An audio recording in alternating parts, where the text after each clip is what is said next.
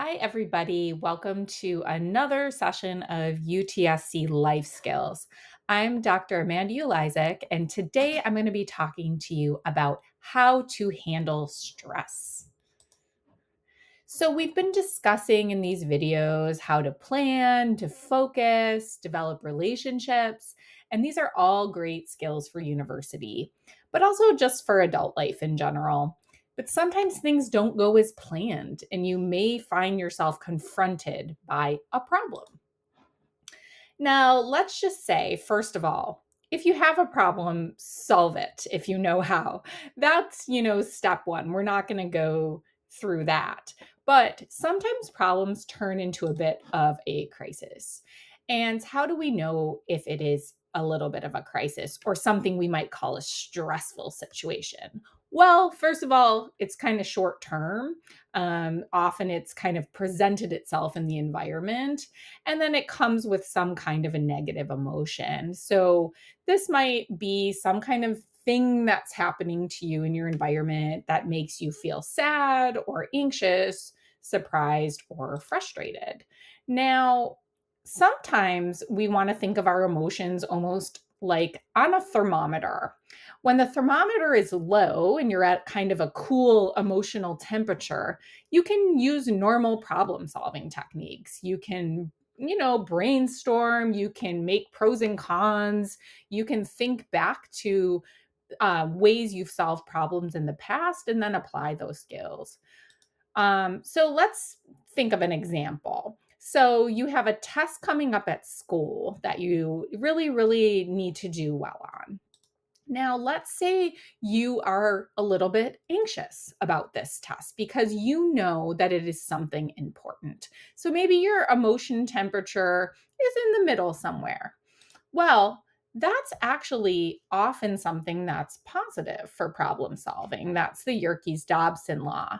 So when you're a little bit emotional, it puts you at an optimal place to accomplish your goals and problems. It's just enough to get you motivated and activated. And so that's wonderful. If that's what's going on, you're feeling a little bit of those emotions, that's okay. Go ahead and problem solve. But let's say the emotion temperature is getting bigger and bigger and bigger. What happens when it's an extremely high temperature? Now you're past where you can solve a problem very easily. So at this point, it's going to be hard to study, to focus, and to remember the things that are going to be on your test. And at that point, it's in your best interest to do something that allows the emotion to come down a bit. And then you can do a better job coping and problem solving. But before we get into how to handle that stress, let's take another example. So let's say you're supposed to meet your friend for coffee, but they are late. They are very late. You text and call and you get no reply. So you start checking your phone and you see on Instagram that your friend just posted that they're having brunch with friends and you become very angry. Maybe you start thinking, well, I'm never going to talk to that person again. I'm going to go to the brunch place and I'm going to yell at them. In this case, your high emotion might be actually blocking out your ability to problem solve in the situation and save that relationship and maybe discover more facts that might be relevant to why your friend didn't show up for your coffee date. So, how do we lower the emotional temperature and handle stresses like a really big test that's making us very anxious or being angry at someone in a relationship? Well, today we're going to focus on one set of skills, and these are self soothing skills. These are what we want to figure out how to self soothe, so calm ourselves down so we can problem solve even better. Now, first, let's get rid of this harsh red background. What we see and what we visualize can bring us in an instant state of calm. That is the very first lesson we're going to have is how do we self-soothe with sight? So, can you focus on something in your environment that you find visually relaxing or calming? So I know you all have your phone somewhere near you right now. You may be watching this video on your phone, in fact. Flip through your photos or your videos. Do you have something that makes you feel calm just by looking at it? Maybe you have great videos from a recent trip that you took. This is Arizona. Maybe you have a funny video like this one of a bear scratching its butt on a rock. Maybe you have lots and lots of pictures of your pet, like my dog Franny that we recently adopted. Any of these kinds of things on your phone might give you that little bit of a break to help bring your emotion down so that you can properly problem solve. It's okay to do this for a short amount of time until you feel a little bit better. Maybe you don't want to be looking at your phone, or maybe you don't have it, you don't have anything on it that you want to see. Well, let's look to nature. Look at the clouds, look at the people outside.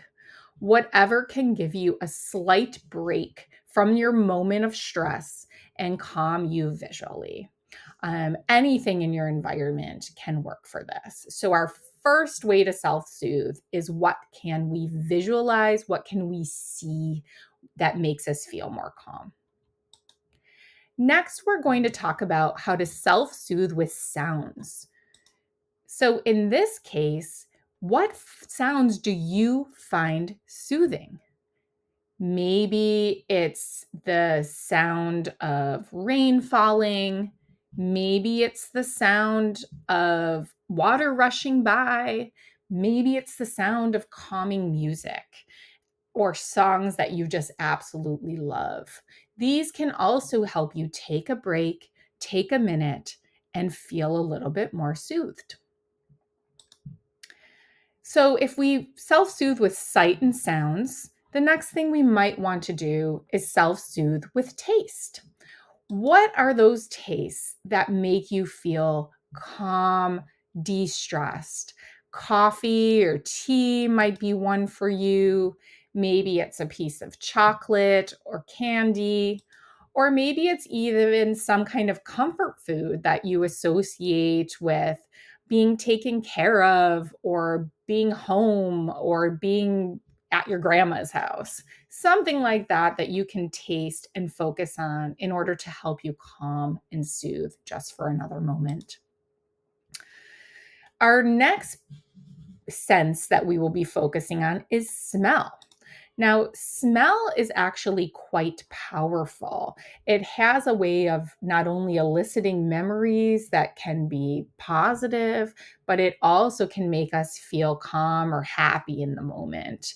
And there's all different things that can make people, through smell, feel a bit better. And it's really a personal taste. So maybe it's what are the smells that you like? What are the things that make you happy or in the moment? This could be something like flowers or fruit. It could be something you associate with the seasons changing, like the smell of snow or rain.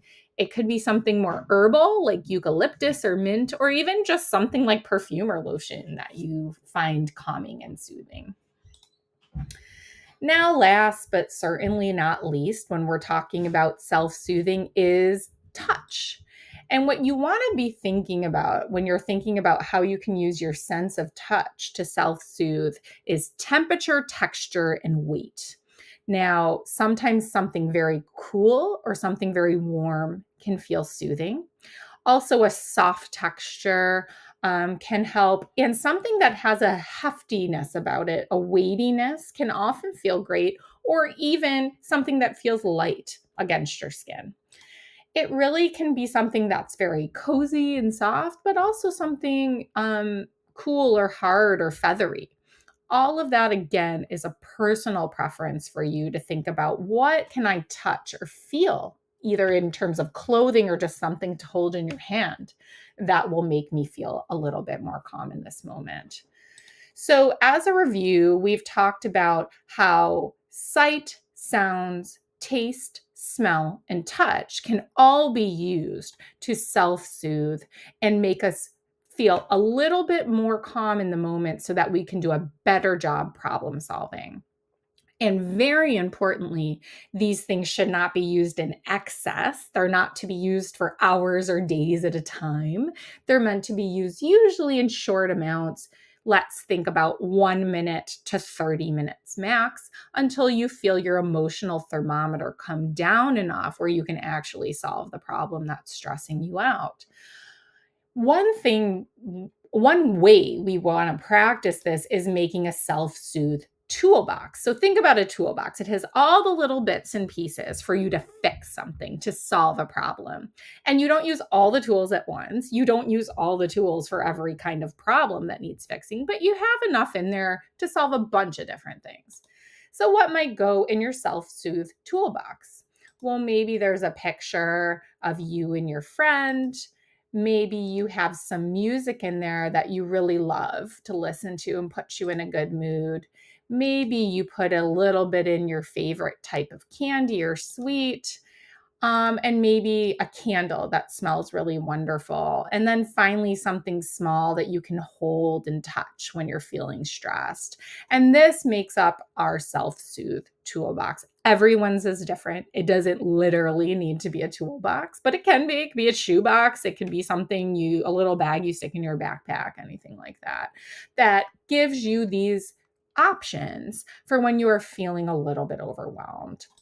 So once again, my name is Dr. Amanda Ulizik, and I'm a professor at the University of Toronto. I really hope that this video will give you some ideas of how to handle stress when things get a little bit too hot to handle. Please be well and have a great rest of your day.